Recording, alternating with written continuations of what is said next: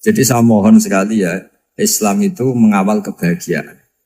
Sebab itu sampai bahagia itu menjadi perintah Islam, kul bifadlillah wa birahmati fa bidzalika falyafrahu. Karena dengan bahagia bitaat diharapkan orang Islam itu tidak bahagia atau cari kesenangan lewat jalur apa maksiat. Sehingga ciri utama wali apa? Ala inna awliya Allahi la khaufun alaihim wa lahum yahzanun. Orang itu cara berpikir nuruti nafsu, itu yang bahaya. Makanya Quran kritik ara'aita man ittakhadha ilahahu hawa. Orang yang cara berpikir itu nuruti hawa nafsu. Kalau zaman Nabi, zaman sahabat, zaman ulama itu enggak seperti itu. Sehingga cara berpikir itu mudah. Makanya kata Nabi absyiru ya ma'sarul muslimin kata. Kamu harus senang ya ma'sarul muslimin. Allah sekarang buka pintu langit yang sebelumnya enggak pernah dibuka. Dan Allah yubahi bikum malaikatah. Dan Allah membanggakan kamu kepada para malaikat. Kenapa? Umatnya Muhammad, umatnya Rasulullah Muhammad SAW, itu kalau sampean kepengen mati setiap saat itu baik, itu resepnya gampang kata Nabi. Addu faridotan wantadzoru ukhra. Jadi Allah memberitahu, ya Muhammad umatmu ini luar biasa. Jadi misalnya tadi kita sholat subuh, ditanya, Bahak kamu sekarang ngapain? Nunggu sholat duhur ya. Setelah sholat duhur ditanya lagi nunggu apa asar. Sehingga faman kanat hijratuhu ila Allah wa rasulih fa hijratuhu ila Allah. Jadi kalau ya sudah ini tak ijazahkan. Kalau setelah sholat subuh nunggu apa? Duhur. Setelah duhur nunggu. Sehingga ketika kita mati itu statusnya penunggu sholat. Tapi kamu kan enggak miskin. Kenapa? Penunggu kaya. Ya itu enggak masuk surga itu. Penunggu kemapanan. Berarti kan menunggu sesuatu yang seleranya nafsu. Beda kalau penunggu sholat. Berarti kamu di dunia menunggu ritual ibadah. Maka di antara ijazahnya Nabi apa? Addu faridotan wantadzoru ukhra. Melakukan satu fardu. Kemudian kita menunggu tugas berikutnya. Jadi niati saja setelah subuh nunggu apa? Duhur. Setelah duhur, meskipun kita di perapatan, apa? Nunggu asar. Ya. Tapi ya asar betul, jangan nunggu tok pas asar enggak. Jadi sebetulnya umat ini gampang sekali. Jadi di antara kebanggaan Allah, yubahi itu Allah bangga dengan malaikatnya adalah umat ini adalah addu faridotan wantadzoru ukhra. Melakukan satu fardu, kemudian menunggu fardu yang lain. Dari mengkhidmati kampus, ingin mengkhidmati masyarakat. Dari satu masyarakat lokal Semarang menjadi sampai sekarang, sampai Banjarmasin. Unisula mau bikin kampus di sana, terus gitu. Dari satu tugas ke tugas yang lain. Makanya Islam diajarkan setelah satu tugas selesai, faida faruh tafan sok. Jadi sehingga hidup kita itu dinamis. Dari satu kebaikan menunggu kebaikan lain, dari satu kebaikan menunggu. Sehingga hidup kita ngapain? Nunggu satu kebaikan. Ini sudah masuk faman kanat hijratuhu ila Allah wa rasulih fa hijratuhu ila Allah wa rasulih. Sehingga bayangkan kalau kita direkam Allah. Gusti kula ampun mati nak dereng sugih. Wis melarat puluhan tahun. Sakit, nunggu sesuatu sing sifatnya nafsu, kok pengen sugih. Sugih tok jak cukup. Tahu buruh wong sing tahu ngenyek ndekne lho, itu kan urung-urung wis dendam. Saya belum mau mati sebelum kaya dan buruhkan orang yang pernah melecehkan saya. Wis ngono akhirnya mati urung sugih. Berarti wis fakir matine hasud. Mau itu ngenes dunia akhirat kan kira-kira seperti itu. Kamu santai aja kalau fakir berarti meringankan hisab karena ada banyak harta. Yang mau dihisab papanya enggak punya apa-apa. Jadi saya mohon sekali ya, Islam itu mengawal kebahagiaan. Sebab itu sampai bahagia itu menjadi perintah Islam, kul bifadlillah wa birahmati fa bidzalika falyafrahu. Karena dengan bahagia bitaat diharapkan orang Islam itu tidak bahagia atau cari kesenangan lewat jalur apa maksiat. Sehingga ciri utama wali apa? Ala inna awliya Allahi la khaufun alaihim wa lahum yahzanun. Sehingga ulama dulu itu rileks-rileksnya. Termasuk yang saya ceritakan tadi, Imam Ahmad, Imam Syafi'i. Itu melihat apa saja rileks.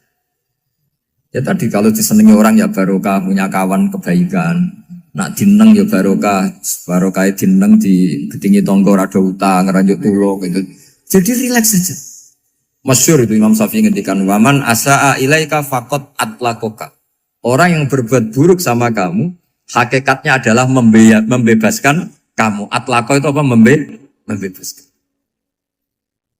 Enak gak jadi hidup gitu? Kalau kamu kan enggak, kok gedeng aku salahku apa? Malah kamu ujub tuh, orang kok gak tahu salahnya. Kamu jadi suami, istrinya ngomel, kurang apa saya sebagai suami? Ya kurang banyak, enggak ganteng, enggak kaya, enggak ini. Malah kalau diterangkan malah parah toh. Ya sudah rileks saja, kalau dia ngomel ya tadi, alhamdulillah dapat pahala tanpa apa? Biaya. Terus ngomel kan butuh energi, paling yang enggak kuat 3 jam. Nanti juga berhenti apa? Terus ambil nilai positifnya, misalnya ngomel sama suaminya, bagus lah. Kalau ngomel sama tetangga malah kayak apa gitu aja udah. Jadi ulama dulu itu gampang sekali melihat hidup. Rasulullah ya gitu, melihat hidup tuh gampang saja. Ketika tanya, ya Aisyah apa ada sarapan? Tidak ada ya Rasulullah, ya sudah saya tak puasa. Jadi enteng saja. Kadang-kadang beliau ingin puasa, ya puasa sunat, ada sarapan nggak jadi puasa. Rileks. Nabi itu rileks. Kalau ngajari kebaikan juga rileks. Nah sekarang itu banyak orang yang karena mungkin kurang baca, Islam itu kayak menjadi aturan yang bengis, yang repot, yang mengekang. Itu tidak seperti itu. Yuridu wa bikumul yusra, wala yuridu bikumul usra. Allah menghendaki agama ini mudah. Sehingga ada sahabat di Imami Mu'ad itu baca Baqarah. Sahabat ini pekerja petani, mufarokoh ditinggal. Ketika Mu'ad lapor, ya Rasulullah ini ada orang munafik, tengah-tengah sholat mufarokoh saya ditinggal. Yang disalahin itu tidak yang ninggal tapi Mu'ad. Afattanun anta ya Mu'ad, kami itu tukang fitnah. Masa ngimami petani pakai surat Baqarah? Jadi yang disalahkan ini imamnya. Kalau kamu jadi imam, sholatnya ya yang cepat. Makanya terus banyak orang kecepatan karena tadi. Jadi Nabi itu enteng sekali. Jadi apa ya, Nabi itu beda dengan yang kita bayangkan beda. Nabi pernah ngaji di masjid, kemudian ada tetangga lewat pakai cangkul ke kebun. Semua sahabat gerutu. Ini orang tidak benar, ada Nabi ngaji ditinggal saja ke kebun, tidak ikut ngaji. Jawabannya Nabi tidak, itu bagus, itu ikut sunnah saya. Kenapa ya Rasulullah? Dia kerjanya nyari halal. Dan untuk menghidupi keluarganya itu juga ajaran saya. Sehingga yang ngaji ya ajarannya Nabi, yang enggak ngaji karena kerja mencukupi keluarga juga ajarannya Nabi. Segampang itu. Oh, kalau kayaknya kamu kan, wes gak roh akhlak kan gitu. Nabi rileks saja Nabi. Sampai bisa lihat itu di bab Fadhailul Kasbi. Makanya ini penting sekali supaya orang itu berpikir Islam atau mendakwakan Islam itu berdasar sanad ya yang muttasil yang pernah dilakukan Rasulullah SAW. Sesuatu yang dilarang Allah itu pasti madhar. Maka untuk melarang seseorang bergantung sama narkoba misalnya atau hal-hal yang bahaya pada fisik, itu satu tentu bagi ahlullah, tentu karena takut Allah. Tapi banyak masyarakat yang memang benar-benar bisa meninggalkan narkoba karena efek buruknya ganja. Bahwa itu mengakibatkan sakau, mengakibatkan tidak sadarkan diri, mengakibatkan kebangkrutan ekonomi macam-macam. Sehingga mereka benar-benar benci sama yang namanya narkoba. Jadi di antara manhajul Quran itu kalau mentakbih, memburuk-burukkan maksiat itu mesti dikritik innahu kana fahisyah. Innahu kana fahisyata wa maqta wa sa'a sabila. Innahu kana fahisyata wa sa'a sabila. Diulang beberapa kali. Sehingga dibutuhkan kecakapan untuk menganggap satu hal yang buruk itu fahsyah, sesuatu yang enggak rasional, sesuatu yang tidak positif, sesuatu yang pasti berdampak negatif. Sehingga kalau misalnya tadi dibacakan oleh Qori, kuntum khaira ummatin ukhrijat linnasi ta'muruna bil ma'ruf wa tanhauna 'anil munkar. Untuk berhenti dari kemungkaran itu satu takbihun litil kal mungkar atau litil kal mungkarat, bahwa mungkarat itu kita cap, kita stigmasi bahwa itu buruk sekali. Seperti Nabi mengajarkan pemuda tadi, masa kamu suka ibu kamu digitukin lelaki lain, putri kamu, bule kamu, bude kamu, sehingga orang ini pikirannya termindset betapa buruknya zina. Sama seperti kita sukses memindset betapa buruknya narkoba, betapa buruknya bahan-bahan terlarang. Begitu juga seterusnya terus pengkhianat dan sebagainya. Tapi problem manusia adalah dia itu akan mencari kebahagiaan atau kesenangan sesaat. Maka caranya gimana? Keinginan senang lewat maksiat ini dilawan dengan nyaman dengan taat. Saya ulang lagi, nyaman dengan taat. Sehingga ulama dulu punya kalimatul munajat, artinya kalimat hubungan pribadi sama Allah yang menjadikan orang itu nyaman. Dan ini yang diajarkan kitab-kitab tasawuf. Kitab tasawuf itu sukses mengajarkan melihat alam raya ini semuanya nyaman, termasuk yang mengecewakan. Itu dianggap nyaman. Saya berkali-kali mengajarkan ilmu ini karena ini musalsal ila Rasulillah SAW. Itu pernah suatu saat Imam Ahmad itu dipanggil sama tetangganya, anak muda. Tentu Imam Ahmad ini orang yang sangat soleh, sangat waroi, sangat tunduk sama perintahnya Allah dan Rasul. Pemuda tadi manggil, ya Ahmad, datang ke rumah saya. Imam Ahmad datang. Setelah sampai ke pemuda tadi, sudah pulang lagi, saya tidak butuh kamu. Pulang lagi. Setelah sampai rumah dipanggil lagi, ya Ahmad, datang lagi. Datang lagi. Oh, saya tidak jadi butuh, pulang lagi. Sampai 3 kali. Dan itu perangai ekspresi Imam Ahmad itu atau ulama lain yang sesoleh beliau itu nyaman, indah. Beliau tetap senyum-senyum nyaman. Beliau tidak tersinggung, tidak terprovokasi, tidak. Ya pokoknya tidak tersinggung, kelihatan nyaman. Lama-lama pemuda ini terus tanya, ya Ahmad, kamu saya perlakukan seperti ini kok tidak tersinggung? Kamu senyum-senyum saja, happy-happy saja. Jawabnya Imam Ahmad itu unik. Wahai pemuda, saya kamu panggil itu senang sekali. Karena kata Nabi, kalau kamu iman dengan Allah dan Rasul, maka hormatilah tetangga. Jadi saya senang. Karena nuruti perintah Allah untuk menghormati tetangga. Jadi tidak ada urusannya dengan kamu. Kagetnya kayak apa? Jadi dipanggil tetangga ya senang karena melakukan perintahnya Allah dan Rasul, yaitu ikramul jar, fal yukrim jarum. Disuruh pulang, kamu ingin saya pulang, ya saya pulang. Disuruh datang, ya saya datang. Jadi saya tidak tersinggung, saya tidak ada urusan dengan kamu. Urusan saya dengan Allah Subhanahu wa Ta'ala. Itu kalau bapak-bapak istrinya ngomel terus sabar itu ya bagus.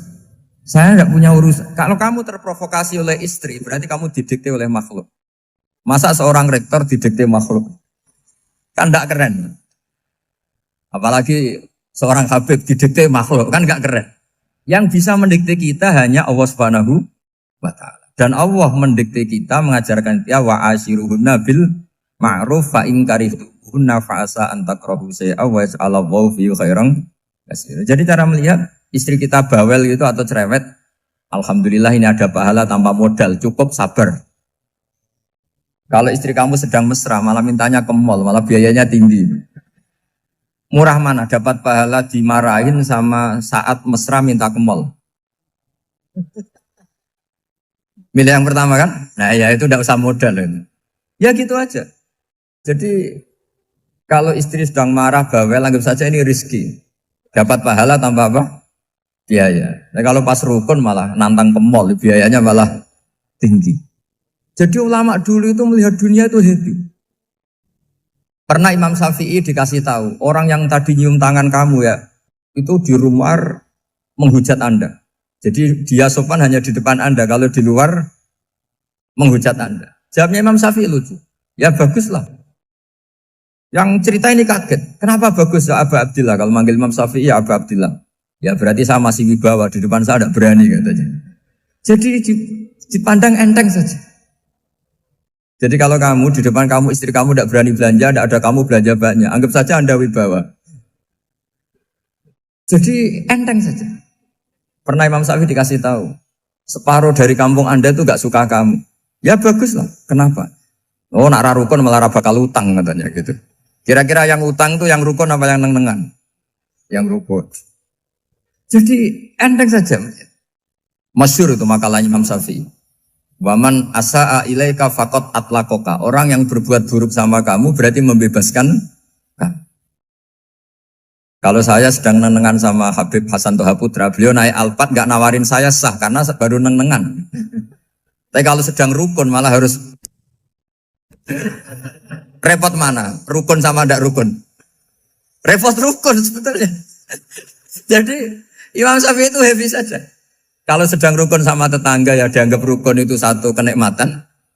Sedang ndak rukun ya dianggap satu kenikmatan. Jadi orang dulu itu serilek itu melihat dunia. Kalau kita kan enggak, ego. Wah saya ini suami kok dimarahin istri. Wah ini egonya bangkit. Padahal egonya bangkit itu ada kebodohan di situ. Yaitu seorang rektor didikte seorang istri, seorang makhluk. Apalagi kalau Anda daftar wali itu tidak akan jadi wali. Ini wali kok tunduk sama makhluk. Karena didikte apa?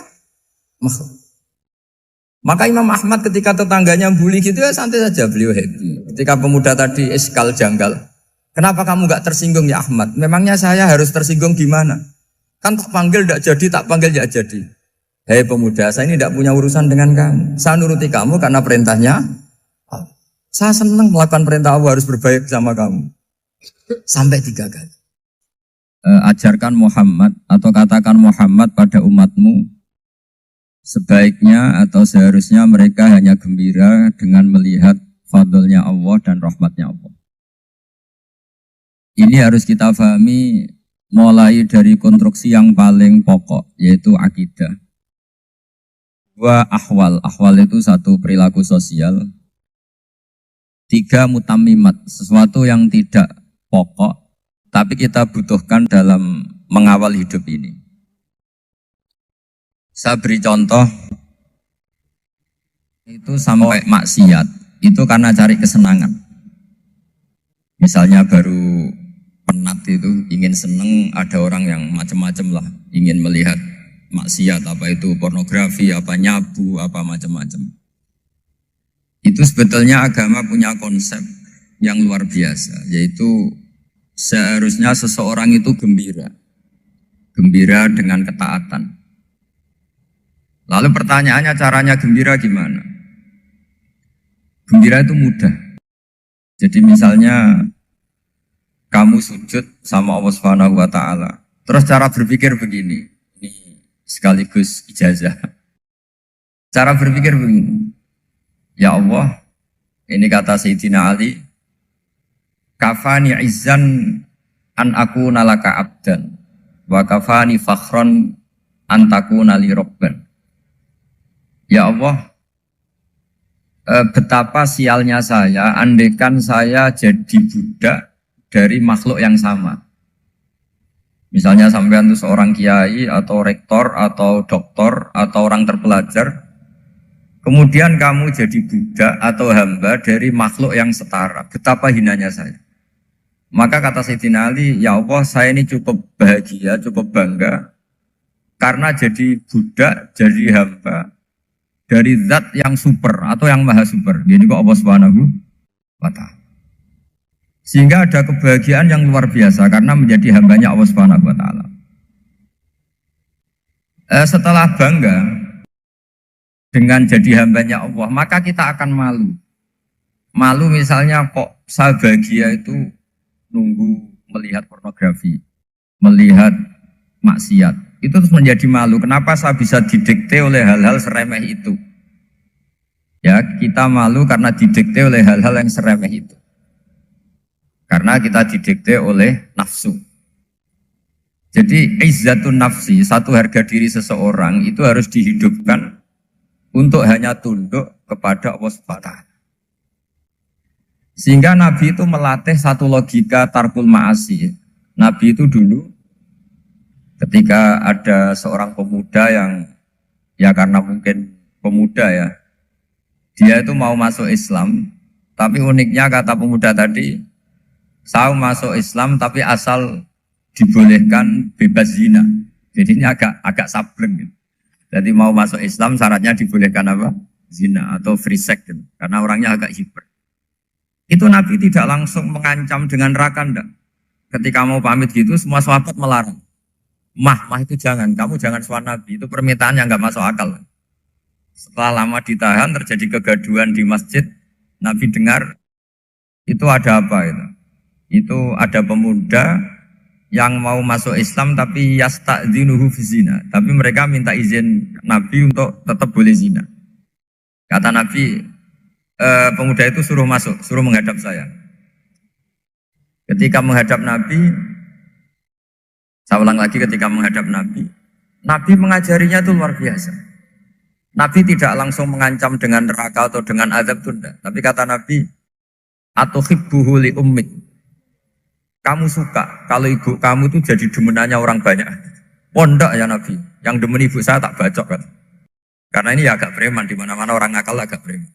Terus atuhibbuhu li bintik. Kamu suka kalau putri kamu ya digitukan orang-orang. Oh ya enggak Nabi, yang gitukan putri saya tak bacok. Atuhibbuhu li kholatik. Kamu suka kalau bule kamu digitukan. Atuhibbuhu li ammatik. Kamu suka kalau saudara bapak kamu digitukan. Nabi itu mengeset ya. Cara sekarang itu otak mungkin. Nabi itu meluruskan otaknya anak muda itu. Betapa buruknya zina. Cara bahasa Arab ditakbih. Betapa buruknya zina. Kamu suka kalau korbannya ibu kamu, putri kamu, bude kamu, bule kamu. Sehingga orang itu matur ya hasbuka ya Rasulullah, ini sudah cukup. Saya tidak pernah melihat sesuatu seburuk zina. Jadi fa'al qawwa fi qalbihi bughdha zina. Kemudian Allah meletakkan di hatinya, menanamkan benci zina. Sehingga akhirnya pemuda tadi menjadi iffah, menjadi menghindari zina. Artinya begini ya, ini mungkin yang lolos dari para kita sebagai dai, kita tidak belajar banyak tarbiyahnya Rasulullah Shallallahu Alaihi Wasallam. Jadi kalau kita benci maksiat, itu jangan hanya ditahdzir, ditakutkan neraka itu enggak. Jangan hanya itu. Tapi di logika. Jadi kalau kita menghindari maksiat, itu selain karena takut azab, itu ada logika. Ada rangkaian pikiran yang menjadikan kita anti satu perbuatan apa maksiat. Jadi misalnya gini ya, kira-kira ginilah kalau contoh gampang itu. Ada orang gitu ya, nyanyi dengan pakaian yang mungkin pornografi gitu.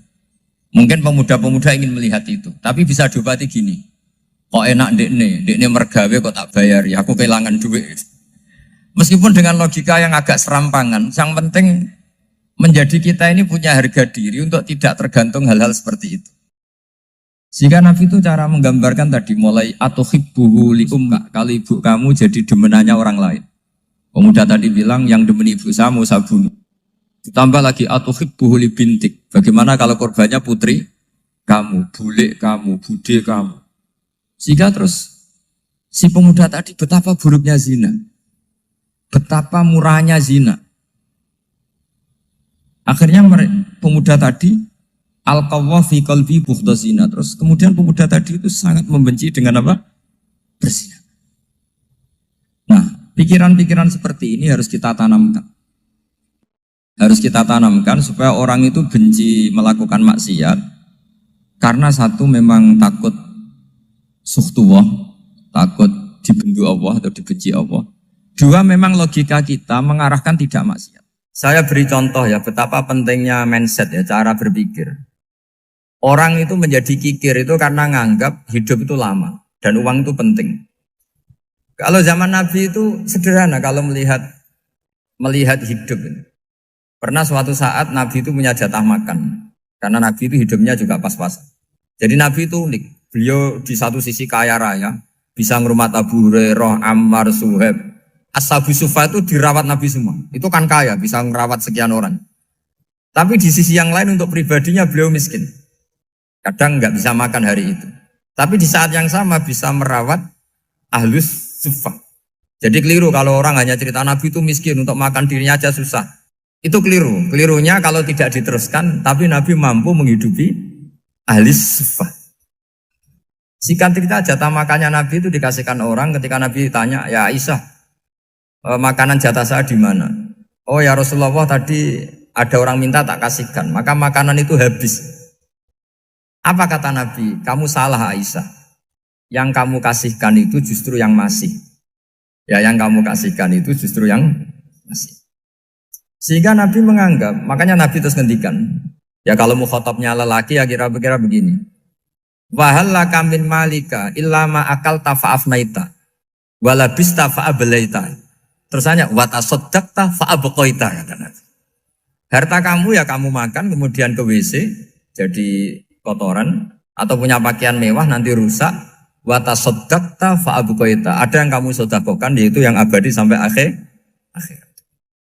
Sehingga banyak pengusaha yang mencintai saya setelah tak ajari hadis itu, misalnya punya uang 1 miliar karena dia spekulan atau pedagang rawan bangkrut, disedekahkan ke masjid 50 juta, yaitu yang abadi. Jadi kalau suatu saat bangkrut, dia masih punya uang 50 juta di akhirat.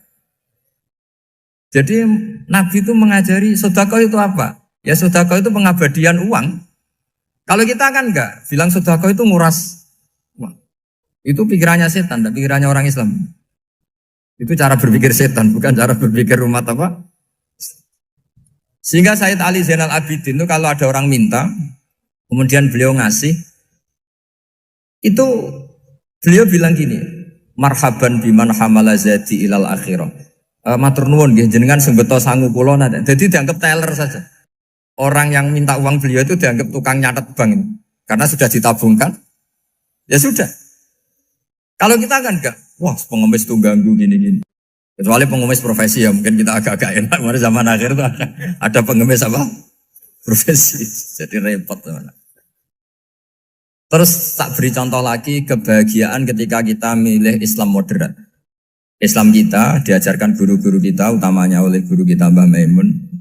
Saya juga sering ketemu beberapa ulama dunia, termasuk Habib Umar. Saya juga ikut sowan ke sini pas beliau sama Habib ini Hasan Toha Putra di sini sama orang-orang moderat. Itu cara berpikir juga luar biasa indah.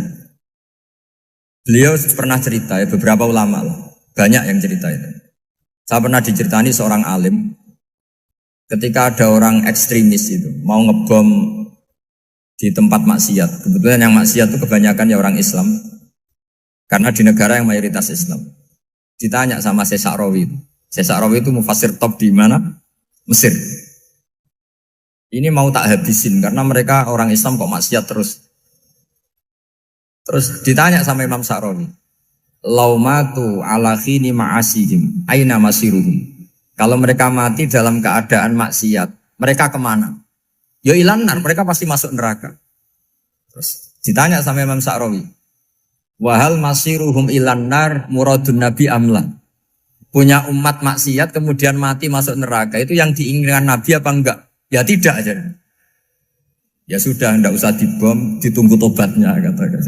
Karena kalau mati dalam keadaan itu ke neraka dan itu tidak yang diinginkan Rasulullah Sallallahu Alaihi Wasallam. Terus ekstremis ini menjadi tobat, tidak berpikir ekstremis Mas. Jadi orang itu harus berpikir mindset yang baik. Meskipun kadang berpikir baik itu ya agak-agak kacau. Ada seorang wali majdud, itu kalau berdoa agak kacau, tapi gak bisa dibantah. Masyhur itu doa itu. Ini sekaligus ijazah, tapi kalau sebelum wali gak boleh. Itu datang ke makamnya Rasulullah SAW. Terus doanya itu begini. Ya Allah, sekarang terserah engkau. Ya Allah, sekarang terserah engkau. Jika saya kamu jadikan orang soleh, jika saya engkau jadikan orang soleh, maka surra habibuk, maka kekasihmu ini senang. Yang susah musuhmu yaitu setan. Tapi kalau engkau menjadikan saya orang fasik, maka yang susah kekasihmu, yang senang musuhmu. Jangan punya dua pilihan itu. Wah itu kan doa tapi kayak teror itu. Ya jadi berdoa di Raudhah. Wah itu pasti mandi itu karena agak-agak maksa Tuhan itu. Ya Allah, engkau punya dua pilihan. Jika saya jadi orang soleh, maka kekasihmu ini senang. Musuhmu yang susah, yaitu setan. Tapi jika saya jadi orang fasik, maka musuhmu yang senang, kekasihmu yang susah. Mohon terserah jenengan, mau menyenangkan kekasihmu, apa menyenangkan musuhmu? Gitu. Kira-kira gimana? Kalau tertarik boleh doa itu dipraktekkan. Tapi kayaknya kalau copy paste itu gak keren, apa? Jadi dulu orang itu muamalah sama Allah dan Rasul itu rileks. Rileks itu nyaman karena ya tadi qul bi fadlillah wa bi rahmati fa bidzalika falyafrah. Sehingga Imam Izzuddin bin Abdissalam itu ngendikan innalladzina yarmunal muhsanatil ghafilat. Di antara kebaikannya ibu-ibu atau mbak-mbak ini harus berstatus ghafilat. Perempuan-perempuan pelupa. Ghafilat itu pelupa. Pelupa dari kenikmatan maksiat sehingga mereka dengan taat. Misalnya ada ibu-ibu atau mbak-mbak atau juga bapak-bapak tahajud, kemudian nyaman dengan tahajud itu. Kira-kira terbersit enggak ingin maksiat?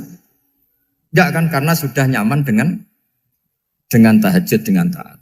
Maka dibutuhkan kenyamanan dalam beribadah. Sebab itu ala bidzikrillahi tatmainnul qulub. Makanya saya termasuk kiai yang setiap ngaji itu happy, seneng. Karena ini untuk kampanye, seneng dengan ngaji, dengan taat itu sudah luar biasa. Kayak apa kalau mereka senengnya kalau nunggu melakukan maksiat. Jadi termasuk bentuk perlawanan kita terhadap maksiat adalah usahakan kamu tuh bahagia, seneng dengan taat. Istiqnas billah, mu'anasah billah, farah billah, itmi'nan tumaknina billah. Sehingga ini mencukupkan kita tidak berkebutuhan maksiat. Meskipun kita ya manusia, pasti suatu saat atau sudah pernah maksiat. Serasa diceritakan lah, itu mesti gitu. Lah orang-orang dulu itu orang yang sukses mengelola bahagia ma'allah wa billah wa lillah. Jika wali-wali dulu itu jadi wali itu tidak mesti karena ibadahnya banyak, itu enggak. Mereka orang yang ibadahnya itu biasa. Biasa-biasa sekali. Ulama-ulama dulu ibadahnya biasa sekali. Tapi qulubuhum ma'allah, hatinya itu ma'allah. Itu ada seorang wali, itu jadi wali, Umar bin Abdul Aziz, yang dikenal khamisul khulafa. Khamisul khulafa. Di luar khulafa Ar-Rasyidin 4, di antara yang soleh adalah siapa? Umar bin Abdul Aziz. Itu ketika mau meninggal, itu senangnya bukan main. Itu semuanya nangis, beliau senang. Terus tanya, kenapa kamu senang? Memangnya saya kalau mati itu kemana aja? Ila khairi madhubin ilah, ke zat terbaik. Dibang urip mbek kowe bulet atau mbek arhamur rahimin gitu. Yaitu Allah Subhanahu. Jalaluddin Ar-Rumi ketika mau meninggal itu muridnya nangis semua, beliau marah. Kamu harusnya pesta karena saya mau ketemu kekasih saya, malah kamu tangisi. Goblok sekali kamu katanya. Jadi orang-orang dulu itu luar biasa. Karena tadi mereka tidak ingin ketemu Allah itu dianggap problem. Harus sesuatu yang membahagiakan. Makanya wali-wali itu kalau berdoa begini. Wa khairu ayyami yauman alqa fih, dan jadikan hari terbaikku adalah hari ketika saya ketemu engkau ya Allah.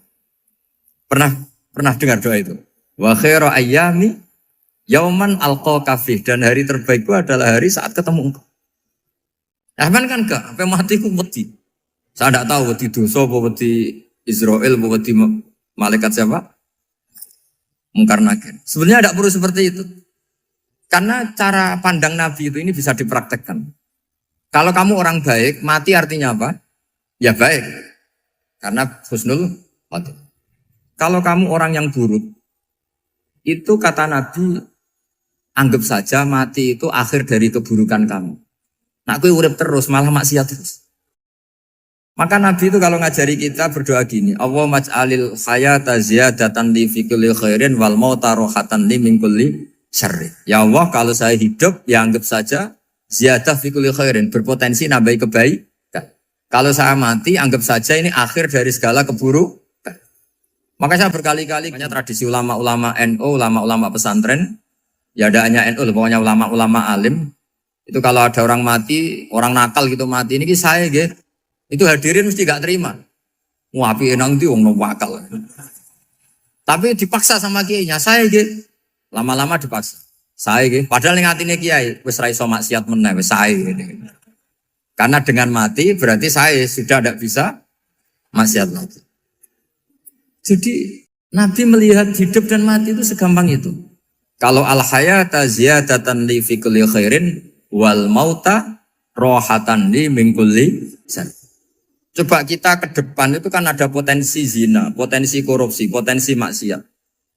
Yang bisa menghentikan potensi itu apa coba? Mati ya, udah pintar ya. Sudah maju berarti. Berani mati? Berani. Tapi jangan di sini ngel-ngelo panitia.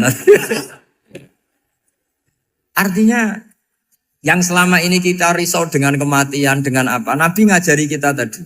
Allahumma ja'alil hayata ziyadatan li fi kulli khairin wal mauta rohatan li min kulli syarr. Ya Allah, jadikan hidup ini sebagai bekal menambah kebaikan dan suatu saat kalau saya mati, semoga itu akhir dari segala keburukan. Jadi artinya Nabi itu ngajari kita itu positif terus. Sama seperti ulamanya tadi. Nak lagi rukun mbek tonggo ya sanggep ae kanca keapian. Nak nenengan ben ra utang ngoten. Dadi pokoknya penak terus itu.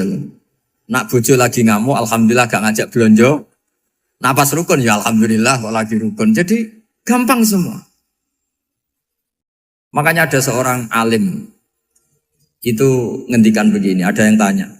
Saya tuh dulu ketika kaya, teman saya sering main ke saya. Setelah saya miskin gak ada teman-teman yang ke saya. Dikira si Habib ini kebetulan orangnya Habib itu mendukung keluhan dia. Ternyata enggak. Si orang alim itu bilang gini, malah bagus toh gitu. Kowe wis melarat buruhe wong. Ya sudah kamu miskin buruhnya orang lain. Misalnya tukang manol di pasar atau tukang becak. Kemudian teman-teman kamu datang, malah kamu malu tuh jadi tontonan. Bagus kalau mereka lupa, pas kamu miskin enggak ada yang lihat katanya. Jadi apa ya, dianggap enteng saja gitu. Akhirnya orang ini enggak jadi ngeluh. Selama ini kan kita ngeluh ya, ketika miskin teman-teman enggak datang. Coba kalau mereka datang pas kamu buruh bikin botol di orang lain. Mantan bos buruh, malu enggak? Milih datang kepada? Enggak lah, sudah bener itu.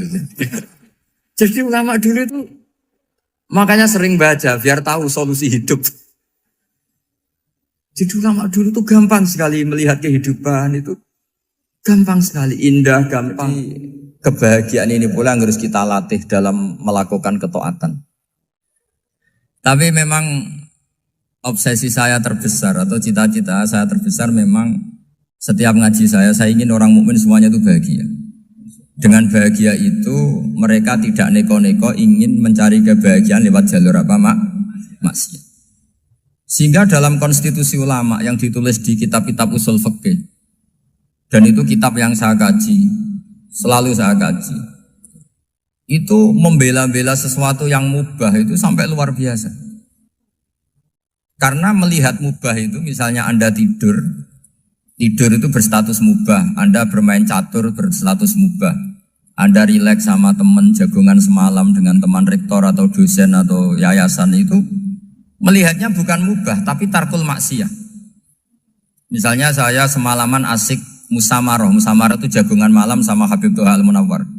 Itu awang ngitungnya bukan, wah ini jagungan ngalor ngidul tidak penting tuh enggak. Malam itu bahak tidak ke dugem, tidak ke tempat maksiat. Sehingga ada ulama yang mengatakan mubah itu enggak ada. Saya ulang lagi, mubah itu enggak ada. Kan umumnya ulama bagikan wajib, ya kan, haram gitu. Terus diantaranya mubah, sunat, makruh.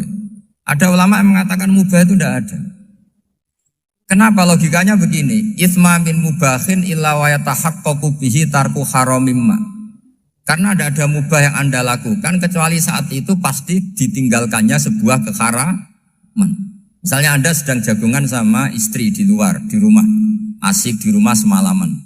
Mungkin bahas hal-hal yang ringan. Mungkin melihat sinetron atau apalah yang ringan. Tapi di situ terjadi Anda meninggalkan ke tempat-tempat maksiat. Sekarang ninggal maksiat itu wajib apa mubah? Wajib. Padahal Anda sedang melakukanmu. Nah itu dicatat oleh Allah itu tarkul haram, meninggalkan keharam. Jika masyhur dalam cerita wali-wali itu, Abu Yazid yang seperti itu ibadahnya pernah tanya, ya Allah lalu yang makomnya orang seperti saya siapa? Karena beliau semalaman ibadah terus. Sama Allah dijawab, ya yang tidur di pinggir kamu itu. Abu Yazid, loh kok bisa ya Allah? Dia kan tidur terus. Ya kan dia tidur berarti meninggalkan keharaman. Ngomong sing potongan tukang maksiat itu apik turu apik melek kira-kira. Apik turu. Timbang sama nak melek pola wis turu ae kira-kira gitu. Jadi enggak usah dipaksa tahajud, dipaksa qiyamul lail itu. Iya kalau qiyamul lail. Kalau dapat informasi, ke sini ikut saya terus katut kan repot. Jadi perlawanan terhadap maksiat itu sebetulnya gampang dalam Islam karena tadi nggak ada sesuatu yang mubah kecuali saat dilakukan berakibat meninggalkan keharaman.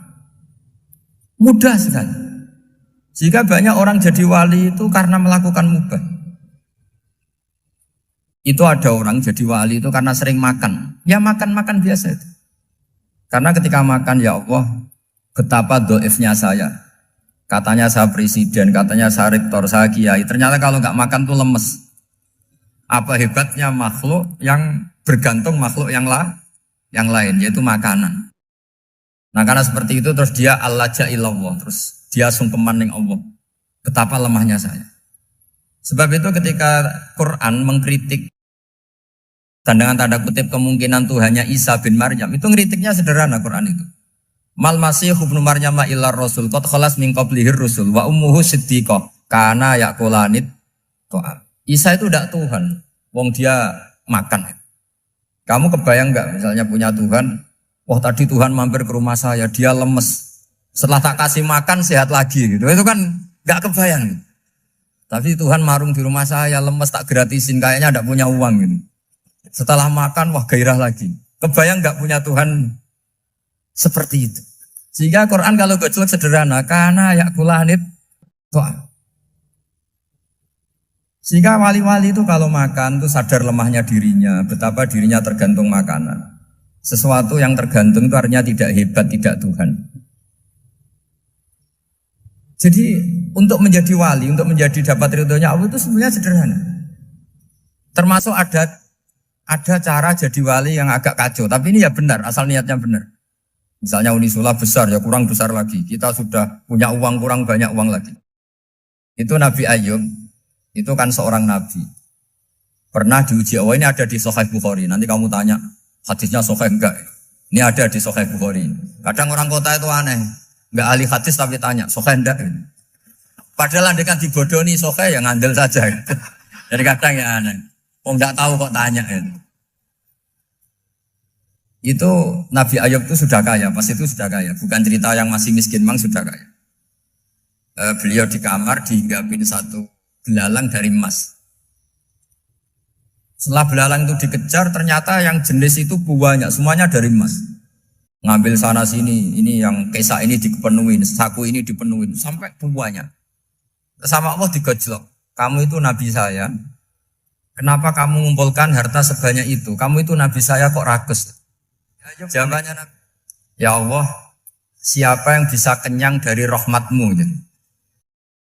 Ya, jadi kalau kamu punya uang 1 miliar, kok ingin 1 miliar 100, ingin 1 miliar 200, itu cara ngitung bukan uang. Ya Allah, siapa yang bisa kenyang dari rahmatmu? Karena rahmat Allah tidak terbatas, sudah Gusti tenang saja. Meskipun saya gini, rahmat Anda tidak akan habis. Sehingga waroi ada ilmunya, tomak juga ada ilmunya. Termasuk ragus itu juga ada ilmunya. Misalnya begini, ini contoh rakus yang ada ilmunya begini. Ini saya beri contoh. Mungkin yang boleh niru orang-orang soleh, kalau nggak soleh jangan. Imam Syafi'i ini cerita nyata. Imam Syafi'i itu dulu ketika ngaji masih muda itu nggak suka sama guru yang kaya. Kebetulan dia punya guru miskin terus. Namanya Sufyan As-Tsauri itu miskinnya Masya Allah. Sufyan bin Uyainah juga miskin. Jadi dia miskin punya guru miskin terus. Sehingga idolanya ya sama guru-guru yang miskin. Suatu saat guru-guru ini menyarankan dia ngaji Imam Malik. Imam Malik itu kaya raya. Itu babutnya Imam Malik kalau diinjek itu mata kakinya tidak kelihatan saking halusnya. Kalah Indonesia kalah. Itu Imam Malik tuh gaya. Kalau ngaji di kursi tinggi terus pakai bukhur itu, pakai jubah Arab yang mahal. Pokoknya mewah kali Imam Malik. Terus dia mulai ini kiai kok kaya. Kemudian setelah beliau alim tanya, saya harus ngaji siapa setelah ilmu jenengan habis kira-kira gitu. Kata Imam Malik, sudah kamu tidak usah perlu ngaji saya, kamu sudah alim alama.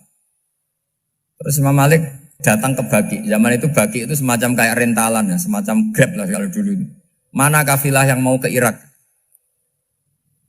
Ya sudah terus, oh kita mau ke Irak. Ini antar ke Muhammad bin Hasan As-Syaibani. Itu dibiayai sama Imam Malik. Grabnya ya dibayarin, itu kafilahnya itu ya dibayarin. Imam Syafi'i disangoni Surrotan min dhahabin. Jadi satu kepes uang dikasihkan. Itu pernah tak hitung semurah-murahnya itu sekitar 60 juta. Imam Syafi'i mulai mikir, kiai yang saya kritik lomo, sing kiai miskin tak puji, gak pernah ngamal kan, tentu orang miskin. Setelah datang ke Muhammad bin Hasan As-Syaibani, beliau itu pakar usul fikih, muridnya Abu Hanifah. Beliau al-usuli, pakar usul fikih. Itu Muhammad bin Hasan As-Syaibani itu kalau ngitung emas, itu di ruang tamu. Uangnya miliaran, emasnya banyak. Dari kota ini dipindah ke kota ini. Emas kalau ngitung di ruang tamu. Bukan di kamar, di ruang tamu. Imam Syafi'i tambah kaget. Imam Malik kayak gitu sudah soal malah ini kaya raya. Setelah Imam Syafi'i kelihatan kaget, digojlok sama Muhammad bin Hasan As-Syaibani karena beliau senior. Atajabu min hadza, kamu aneh melihat ini? Iya. Kenapa? Ulama kok kaya raya. Terus kata Muhammad bin Hasan, ya sudah, uang ini tak kasihkan orang-orang fasik, binti gue demenan, gue nyabu, gue macam-macam. Oh jangan, nanti dipakai maksiat. Pun jenengan mawon sing suka. Semenjak itu Imam Syafi'i rubah mindset. Jadi kalau kampus ini ingin akreditasi A, ingin mulia, ingin apa, kamu ridho kalau yang punya prestasi seperti itu adalah orang-orang fasik. Ridho enggak? Enggak kan? Maka didoakan ini. Nah itu namanya berpikir secara usuli. Kamu jangan hanya nuruti karena berpikir waroi terus kamu benci kekayaan. Tidak bisa seperti itu. Karena pangkat dan kekayaan ketika dikelola secara kesolehan maka akan menjadi energi positif yang luar biasa. Semenjak itu Muhammad bin Hasan As-Syaibani berhasil mendidik Imam Syafi'i. Sampai akhirnya keterusan Imam Syafi'i berpendapat kalau orang Islam bisa bikin rumah tingkat kok punya rumah reot itu haram. Akhirnya keterusan. Kalau bisa jadi bupati kok jadi ketua RT juga haram. Karena al-Islam ya'lu wala yu'la alaih. Islam itu luhur bukan bisa diluhurin. Sehingga rata-rata orang Syafi'iyah termasuk kiai-kiai Indonesia itu rata-rata ya agak-agak politikus. Ya agak-agak kedonyan, mungkin sebagian kedonyan tenan gitu. Karena gak ridho gitu loh. Kalau kesempatan itu dikuasai orang fasik kemudian menjadi kekuatan maksi. Coba kalau bupati itu orang yang fasik. Kemudian programnya supaya rakyat seneng semalaman dangdutan yang purno misalnya. Supaya rakyat seneng dibolehkan dugem, dibolehkan judi. Tapi kalau yang jabat orang soleh kan ada beberapa perda yang menolak penyakit apa? Masyarakat. Jadi kamu jangan melihat bahwa kepangkatan ini hanya sebagai alat korupsi, alat otoriter, enggak. Asal kena orang soleh, maka ini menjadi energi kesolehan atau energi positif. Sebab itu ketika Allah muji para nabi yang soleh, diantaranya disifati apa? Faqad ataina ala Ibrahim al-kitab wal hikmata, terusannya wa atainahum mulkan azim. Dan Nabi Ibrahim dan keluarganya tak kasih kerajaan yang besar.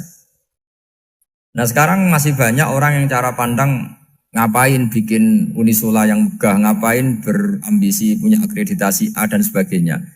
Menyoal seperti itu salah secara usul fikih. Karena secara usul fikih kesempatan yang baik tentu harus diperjuangkan oleh orang-orang yang soleh. Karena ini supaya jadi otoritas yang positif. Itu dulu ada latihannya.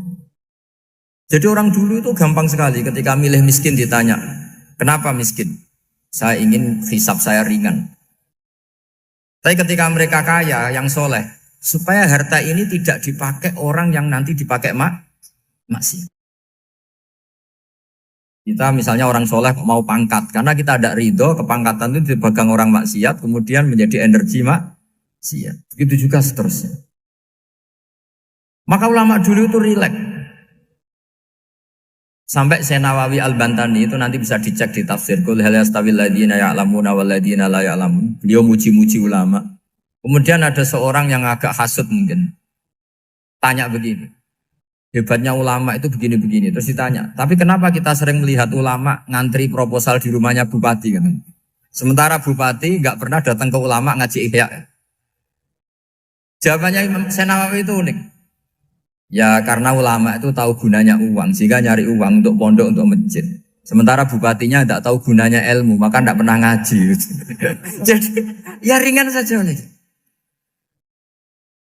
Jadi ya sudah seperti itu. Jadi kalau ada ulama kedonyan, anggap saja karena tahu gunanya uang. Jadi kenapa ulama ngantri di kabupaten, bukan bupati ngantri di ulama jawabannya?